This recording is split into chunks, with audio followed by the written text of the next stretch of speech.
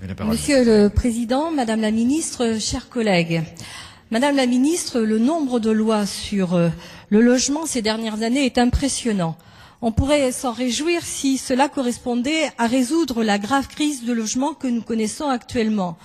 Malheureusement, cette accumulation de textes illustre l'échec manifeste des politiques mises en place. Rappelez-vous, cette crise du logement touchait les plus pauvres. Aujourd'hui, elle touche les classes moyennes. Cette crise du logement touchait les personnes privées d'emploi. Aujourd'hui, elle touche de plus en plus les classes moyennes et les populations actives. Aussi, dans un tel contexte, on était en droit, Madame la Ministre, d'espérer de ce nouveau texte un vrai souffle, une vraie volonté politique à la hauteur de la gravité des enjeux.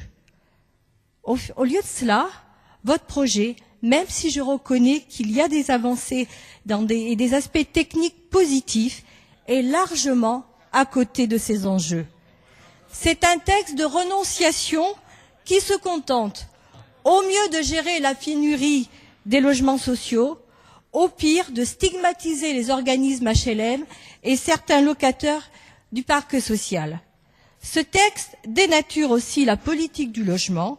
Ce texte remet gravement en cause la mixité sociale. Face au manque de logements sociaux, il y a deux manières d'aborder le problème.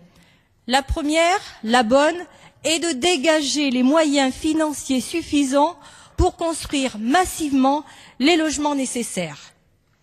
La seconde, la mauvaise, est de réduire de façon mathématique et autoritaire le nombre des familles pouvant y accéder et de renvoyer les classes moyennes se débrouiller dans le logement privé.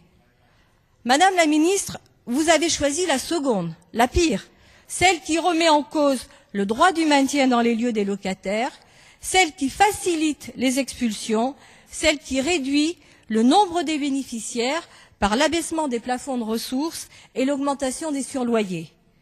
Vous avez choisi de montrer du doigt des boucs émissaires comme responsables de la pénurie des logements. Que des locataires aux revenus supérieurs à 2 fois le plafond de ressources quittent le parc social dans des zones tendues peut s'entendre. Mais en réalité, vous profitez de cette mise à l'index pour remettre tout simplement en cause le principe du droit au maintien dans les lieux. Vous le savez, Madame la Ministre, ce n'est pas en expulsant 9000 ménages qui réglera le problème des 1 200 000 personnes sur les listes d'attente. L'article 20 de votre texte prévoit également l'expulsion des locataires en situation de sous-occupation.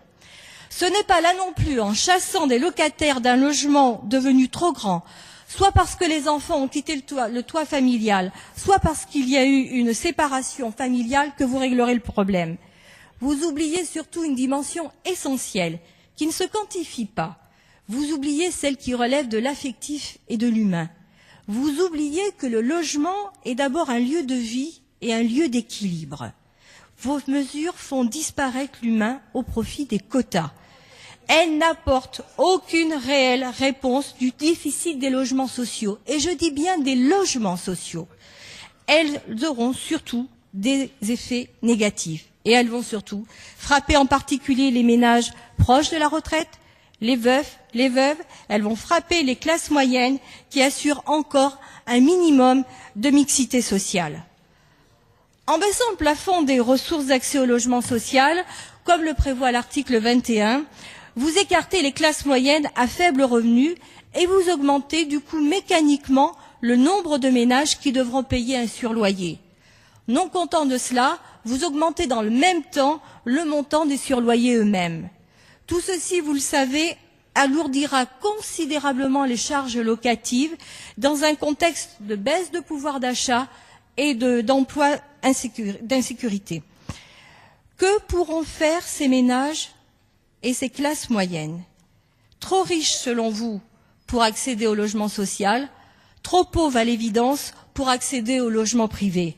Non seulement vous allez à l'encontre de la nécessaire mixité sociale en les écartant carrément du parc social, mais vous allez en plus fragiliser financièrement des milliers de ménages et en refouler d'autres dans les pires conditions du locatif privé dont les prix ont explosé.